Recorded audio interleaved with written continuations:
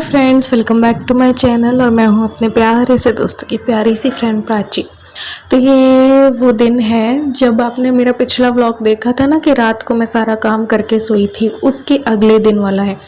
तो उस दिन मैंने व्लॉग तो बना लिया था, लेकिन उस दिन के बाद जो है मेरी तबीयत ख़राब हो गई थी। फिर मैंने 4-5 दिन डाला नहीं था, जैसा कि मैंने आप लोगों को कल पूरी अपडेट दे दी है कि क्या हुआ था, कैसे नहीं क्या नहीं। तो बस सुबह उठी थी उस दिन, अभी तक मेरी तबीयत थोड़ा बहुत ठीक थी, पूरी तरीके से नहीं थी। तो बस वही चाय के पेन पे मैंने दूध डाल के रखा हुआ था, वो चाय के लिए मैंने चढ़ा दिया था। गर्म पानी कर रही थी क्योंकि गर्म पानी लेती हूँ आजकल। वैसे भी आप लोगों को पता है मैं सुबह सुबह लेती हूँ, और अभी तो 2-3 बार जो है वो ले रही थी क्योंकि गला ख़राब था। और आपको जैसे कि पता ही है कि ढोकला जो है वो मैंने प्री मिक्स बना के रख दिया था, तो इनके लिए और ईलू के लिए नाश्ता बनाना था। मुझे उतना पसंद नहीं आता है आजकल, पहले आ जाता था, लेकिन तो बस प्रीमिक्स बना हुआ था तो फटाफट जल्दी काम हो जाता है। बस उसमें पानी डाला, दही भी नहीं डालती हूँ तो बहुत अच्छे से बन जाता है। तो बस ये माइक्रोवेव में बनाने वाली थी, क्योंकि इडली का कुकर निकालो और स्टीम करो तो उसमें तामझाम बहुत रहती है और 15 मिनट लगता है, और माइक्रोवेव में जस्ट 5 मिनट में बन जाता है। तो फिर ना मैंने माइक्रोवेव सेफ ये कंटेनर था, टिफ़िन था, उस पर ग्रीस किया, उस पर बैटर डाला और बस 5 मिनट माइक्रोवेव लगा के जो है ढोकला तैयार हो जाता है। उस 5 मिनट में मैं बना लेती हूँ अपना ढोकले का जो तड़का होता है। तो बस फटाफट जो है नाश्ते का काम हो जाता है, क्योंकि मैंने इन लोगों से पूछ लिया था कि क्या रखेंगे नाश्ते में, रात ही पूछ लिया था, तो इसीलिए मैंने ढोकले का प्री मिक्स बना दिया था। तो यहाँ पे बस वही तड़का बना रही थी। उसके बाद मुझे बनानी थी इडली। तो ये देखिए ढोकला 5 मिनट में बन के तैयार हो गया था। तो गरम गरम को ही मैंने कट कर दिया था। आप लोग ठंडा जब हो जाए ना तब कट कीजिएगा। ढोकले की प्रॉपर रेसिपी मैंने इसलिए नहीं दी है क्योंकि 2 या 3 बार दे चुकी हूँ, माइक्रोवेव वाली भी और जो होता है ना इडली कुकर वगैरह में, वो भी। तो आपको बाहर की कुछ आवाज़ें आ सकती है। मैं किचन में बैठ के क्योंकि कर रही हूँ एडिटिंग, जगह ही नहीं है। दूसरे रूम में ये लोग कुछ कर रही है, एक रूम में ये काम कर रहे हैं, तो इसलिए तो बस ये तड़का डाल दिया था और ईलू और इनको नाश्ता दे दिया था। और मैं ये आलू जो आपको पता ही है उबाले हुए थे, तो क्योंकि रात को ये काम कर देना तो दिन में आसानी रहती है, दिन का थोड़ा क्या बहुत सारा टाइम बच जाता है। तो यहाँ पे आलू छील दिए थे और बस उसके लिए मैं बना रही थी आलू के लिए। आलू का मुझे मसाला बनाना था, यानी कि स्टफिंग, क्योंकि स्टफ्ड इडली बनानी थी। तो ये मैंने पैन पे थोड़ा सा ऑयल डाल दिया है। जब भी मैं कुछ भी बनाती हूँ तो आलू हमेशा भूनती ज़रूर हूँ। तो यहाँ पे मैंने राई डाल दी है, हींग डाल दी है, हल्दी डाल दी। आप चाहें तो लहसुन, अदरक और प्याज भी डाल सकते हैं, मैंने नहीं डाला है। और फिर आलू को मैश करके डाल दिया और इसे अच्छे से हमें भून लेना है। भून लेने के बाद जो भी मसाले होते हैं बेसिक वो डाल देंगे, और बस अपना जो मसाला है वो स्टफिंग है इडली की वो तैयार हो जाएगी। इसकी जगह ना आप क्या कर सकते हैं कि पहले मैं बता दूं क्या क्या डाला। ये धनिया पाउडर डाला है, नमक डाला है और लाल मिर्च डाल देंगे और अमचूर पाउडर डाल देंगे बाद में। अभी तो जैसे इसको मिक्स कर लेना है, थोड़ा भून लेना, उसके बाद इसमें अमचूर पाउडर डाल देना। साथ ही में मैंने डाला था सांभर मसाला। अब क्योंकि सांभर साउथ इंडियन डिश बना रही थी तो सांभर मसाला अच्छा लगता है मुझे, मैं उपमा में भी डाल देती हूँ इसीलिए। तो ये अमचूर डाल दिया मैंने और 1 चम्मच डाल दूंगी सांभर मसाला। ये वही साउथ से जो लाई थी वही वाला चल रहा है अभी। तो ये अच्छे से मिक्स करके हमारा जो स्टफिंग है वो तैयार हो गया है। तो इस स्टफिंग की जगह पे आप मिक्स वेज की भी बना सकते हैं और आप उसमें पनीर की भी स्टफिंग डाल सकते हैं।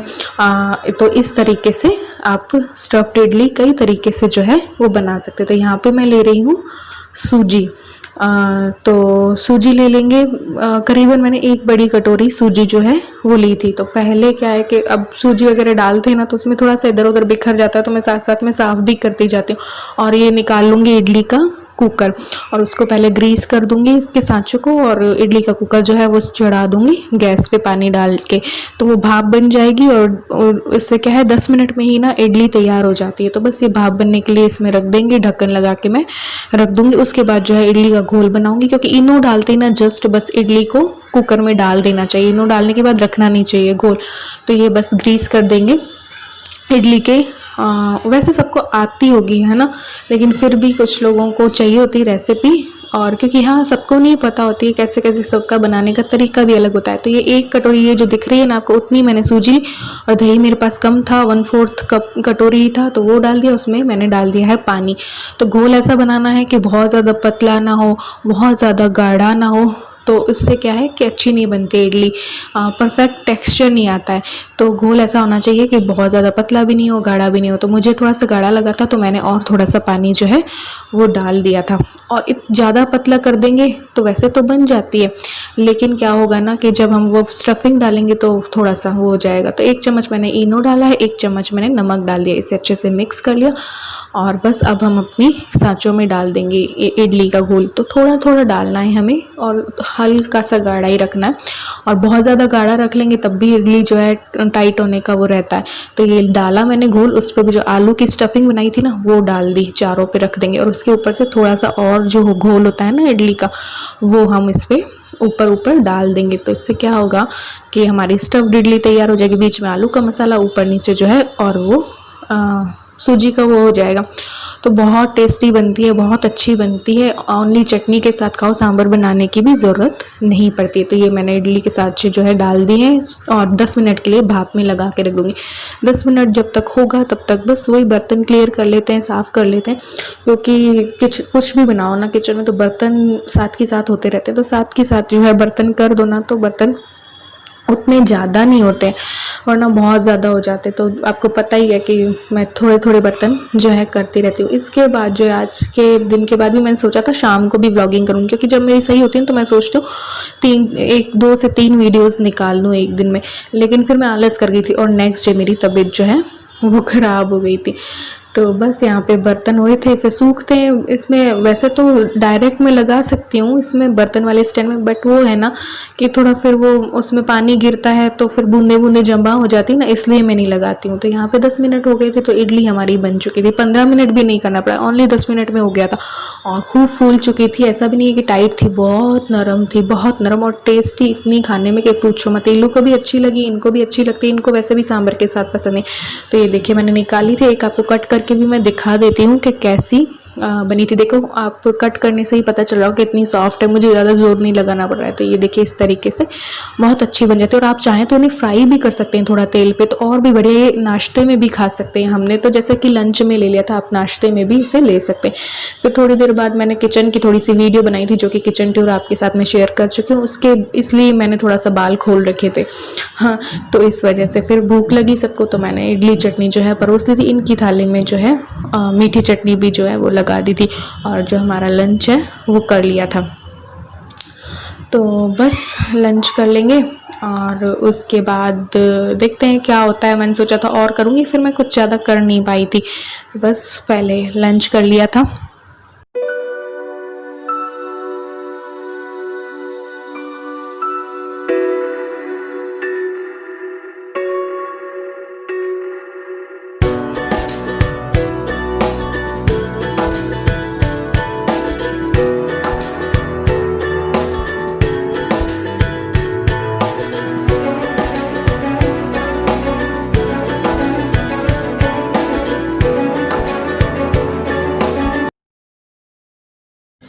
तो फिर ना बारिश हो गई थी और उसके बाद ना इस वीडियो के बाद मैंने कुछ भी शूट नहीं किया था, डायरेक्ट रात को ही शूट किया, क्योंकि मैं हलवा बना रही थी आटे का। वैसे तो सबको आता ही है, बट मैंने कहा चलो फिर भी रेसिपी दे देते हैं। एक गुड न्यूज़ थी तो गुड न्यूज़ आपसे शेयर करना बनता है, तो अभी बताती हूँ। तो ये मैंने कढ़ाई पे 3/4 कटोरी आटा डाल दिया। इसे ड्राई रोस्ट करना है, ब्राउन करना है, ठीक है। पहले घी डाल के भी कर सकते हैं, लेकिन आज मैंने ऐसे कर लिया कि पहले ड्राई रोस्ट कर लेते हैं। तो इससे का जब कलर बदल जाएगा तब हम जितना आटा हमने लिया ना 3/4 कटोरी, उतना ही हमें घी लेना है। तो उसमें से आधा हमें डाल देना है। तो आटे का कलर चेंज हो गया था तो मैंने 3/4 कटोरी जो घी लिया था उसमें से आधा डाल दिया था, ठीक है। और इसे और भूनना है घी डाल के। गुड न्यूज़ ये है कि मेरा एक और हमारा चैनल है वो मोनेटाइज हो गया था, तो भगवान के प्रसाद के लिए ये बना रही थी। अब उस पर क्या कंटेंट रखेंगे क्या नहीं रखेंगे वो देखते हैं। अभी तो मेरी तबीयत भी ठीक नहीं है, तो चैनल मोनो हुआ था तो भगवान को हमने सोचा चलो प्रसाद लगा देते हैं। अब ये गुड न्यूज़ आपसे शेयर करना तो बनता ही है ना। तो घी डालने के बाद हमें और भूनना है आटे को, और फिर 3/4 कटोरी आटा लिया था तो 3/4 कटोरी ही इसमें चीनी डाल देनी है, ठीक है। जब ये भुन जाए तब, तो चीनी जब डालेंगे उसके बाद हमें डालना है गर्म पानी, ठंडा नहीं डालना है, गर्म डालना है। तो आटे का दुगना पानी हमें डालना है। तो 3/4 कटोरी आटा लिया था ना हमने, तो 2 बार उतनी ही कटोरी हमें पानी डालना है। और लम्स की चिंता मत कीजिएगा, गुठलियाँ नहीं पड़ेंगी।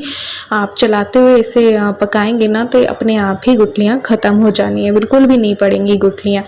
तो इसे पकाते रहना है पानी सूख जाने तक, ठीक है। तो पानी कितना डालना है, 2 गुना, 2 गुना, जितना भी आटा आप लेंगे उतना 2 गुना पानी डालना है। जितना आटा उतनी चीनी उतना ही घी, और पानी जो है वो 2 गुना लेना है। तो ये कटोरी से मैंने 3/4 कटोरी करके 2 बार डाला था। फिर बाकी का जो घी बचा था वो डाल दिया।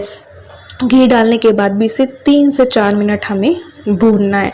तो ये एक अलग तरीके से बनाया है। वैसे तो हम घी पे पहले आटा भूनते हैं, ये करते हैं वो करते हैं, लेकिन आज मैंने सोचा चलो एक अलग तरीके से बना लेते हैं। कई लोग ऐसे बनाते होंगे, आता भी सबको ही है, तो ऐसा है। तो चीनी आप अपने अकॉर्डिंग रख सकते हैं, कम ज़्यादा। तो फिर ये भुन गया था तो गैस ऑफ किया और बस भगवान को जो है प्रसाद बनाया था। तो इस हलवे में ना मुझे ज़्यादा कोई इलायची वगैरह पसंद नहीं है, इस वजह से मैंने डाली नहीं है। तो बस आप भी हमारे साथ खाइए। और ये है ईलू का गिफ्ट, जो कि मैंने आपको बताया था ना कि मैं इस बार दिलाऊंगी, बहुत लेट हो गया था। ये है यूनिकॉर्न, सैनिटाइज हो चुका है ये, ठीक है। लेकिन कुछ लोगों ने बोला था कि दिखाना दीदी हमें, तो इसलिए मैं दिखा रही हूँ।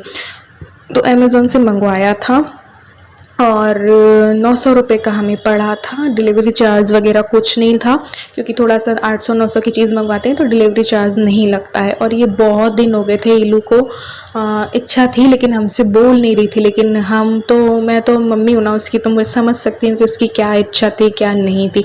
तो वो बोलती नहीं है किसी भी चीज़ के लिए, लेकिन हाँ उसे समझ लेना मुझे समझ में आता है और मेरा कर्तव्य है इसकी इच्छा को समझ लेना। तो अनकही बात भी जो है समझ ले आ जाती है बच्चे की माँ को, और ज़रूरत भी समझ में आ ही जाती है। तो ये बस देखिए आ गया था यूनिकॉर्न, और अच्छा था, कलर वगैरह भी अच्छा था और अच्छा भरा हुआ था। लेकिन शेप वाइज मुझे उतना अच्छा नहीं लगा। शेप जैसे दिखाई गई थी ना उससे डिफरेंट थी, है ना, उतना प्यारा शेप में नहीं लगा मुझे। बट ये ऑफलाइन नहीं मिलता है तो ऑनलाइन ही मंगाना पड़ता है, और ऑनलाइन हर चीज़ हमें थोड़ी सी तो महंगी मिलती है ना। तो यहाँ तो हम बार्गेनिंग वगैरह भी कर सकते हैं ऑफलाइन तो, लेकिन यहाँ पे नहीं कर सकते हैं। तो हाँ, लेकिन ईलू की खुशी देखकर मेरा सारा पैसा वैसे ही वसूल हो जाता है। वो जब खुश हो जाती है ना तो और क्या चाहिए हमें पैसा थोड़ी ना देखना है तब बच्चे की खुशी के आगे। तो बहुत अच्छा लगा ईलू को ये देखिए, जिस यूनिकॉर्न की बात कर रही थी ना वो एक बार और दिखा देती हूँ आपको। ऐसा है, ये देखो। और ईलू को बहुत पसंद है। कभी वो कागज़ पे बना लेती थी, कभी कुछ बलून से यूनिकॉर्न बना लेती, कभी कैसे करके बना लेती, लेकिन मुझसे नहीं बोल रही थी कि मम्मी मुझे दिला दो या कुछ भी। तो मेरी बेटी बहुत समझदार है, बहुत समझदार है। कभी भी कोई नाजायज़ क्या जायज़ जिद भी नहीं करती वो। हाँ, खाने की शौकीन है। जब लॉकडाउन वगैरह नहीं था, ये कोरोना नहीं था, तो खाने का ज़रूर कहती थी बाहर खाते हैं, ये करते हैं। खिलौनों की ज़िद उसने बहुत सालों से छोड़ रखी है, करती ही नहीं है खिलौने की ज़िद कभी, कि टॉयज़ की ज़िद कर ली हो उसने। सेंटा से मांगती है बस अपने। तो ये है। तो लेकिन हम तो समझ सकते हैं ना, माँ बाप समझ सकते हैं, अच्छे से समझ सकते हैं अनकही बात भी। तो वो मैं समझ सक रही थी। तो फिर जब अवेलेबल हुआ तो, क्योंकि 2-3 महीने तो अवेलेबल ही नहीं था, नेट ऑनलाइन भी अवेलेबल नहीं था, तो अवेलेबल ही नहीं तो मैं कैसे मंगवाती, वरना मैं उसकी 9 महीने उसको इसकी इच्छा को रखती ही नहीं, क्योंकि मुझे तो पता था उसकी क्या इच्छा है। तो बोलती है, उसने मुझे बोला था मम्मी कि जब भी ये आप दिखाओ ना तो ये वीडियो का टाइटल डालना कि 9 महीने की मेरी तपस्या सफल हुई, क्योंकि उसको लगता है 9 महीने से 10 महीने से हम ढूंढ रहे थे, वो ऑनलाइन नहीं मिल रहा था। ये ऑफलाइन नहीं मिलता है। बहुत सी दुकानों में ढूंढा, बहुत जगह ढूंढा, नहीं मिला। तो ऑनलाइन नहीं मिल रहा था, फिर ऑनलाइन मिला। छोटा वाला मैंने ऑर्डर किया था उस टाइम पे, तो छोटा वाला फिर लॉकडाउन हो गया उसी दिन से, तो फिर वो ऑर्डर अपने आप ही कैंसिल हो गया। कैंसिल हुआ, फिर अवेलेबल नहीं था ये वाला, और एक 1500 वाला था। तो एक मुझे 900 वाला बेटर लगा, क्या पता 1500 वाला भी मंगाऊँ और वो अच्छा शेप नहीं आए। तो वो 100 सेंटीमीटर था, ये 70 या 75 सेंटीमीटर का है, इतना बड़ा है। तो बस इसलिए फिर जैसे ही अवेलेबल हुआ मैंने उसको ऑर्डर कर दिया और ये आ गया। तो 9 महीने बाद उसको उसका गिफ्ट मिला, बर्थडे गिफ्ट। वैसे तो लेके गए थे उसको घुमाने के लिए ही उसके कहने पर, तो उस टाइम पे इसलिए नहीं दिला सकते, हम पीछे ऑर्डर कर दें और पीछे से आ जाए, तो 6-7 दिन हम बाहर थे। फिर ऐसे करते करते ये 9 महीने हो गए, तो उसको लगा कि मैंने बहुत कड़ी तपस्या की है इसको पाने के लिए। तो बोल रही थी मम्मी ये टाइटल डालना कि 9 महीने की तपस्या मेरी सफल हुई। तो ये था ईलू की तपस्या ये है, और उसका फल उसको ये मिला। बहुत तो उसको इच्छा होती थी, बहुत चीज़ें उसने यूनिकॉर्न की बनाई, माउस वाला वो जो पैड होता है, इतना यूनिकॉर्न यूनिकॉर्न बनाना, उसके ड्राइंग भी यूनिकॉर्न की करना, इतना पसंद है उसको यूनिकॉर्न, पूछो मत। तो फिर ये तो दिलाना ही बनता ही था। तो ये ईलू का अभी शायद सो गई और मैं दूसरे इधर छोटे वाले से रूम में आ गई हूँ, क्योंकि एडिटिंग करनी थी तो एडिटिंग करने आ गई। तो चलिए, ये व्लॉग भी बहुत दिनों से पेंडिंग रखा है, तो मैंने सोचा आज डाल देते हैं और अपनी एक वो भी दे देती हूँ अपडेट के क्या क्या कैसे हुआ। वो भी काफ़ी लंबा चौड़ा बोलते हैं तो हो जाता है, तो वो मैं भी पहले डाल के थोड़ा सा आपको अपडेट देती हूँ, उसके बाद मैं व्लॉग आज या कल ही डाल दूँगी, ठीक है। तो आज के व्लॉग में बस इतना ही, मिलते हैं एक और न्यू व्लॉग के साथ, तब तक के लिए bye, love you all, thanks for watching.